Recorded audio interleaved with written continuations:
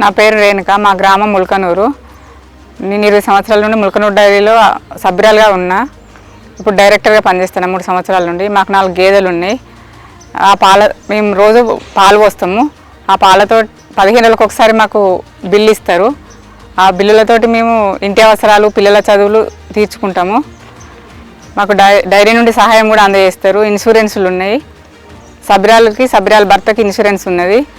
Dairy నుండి నట్టల గోళీలు, దాన, గడ్డి గింజలు అలాంటి సహాయం కూడా మాకు వస్తుంది.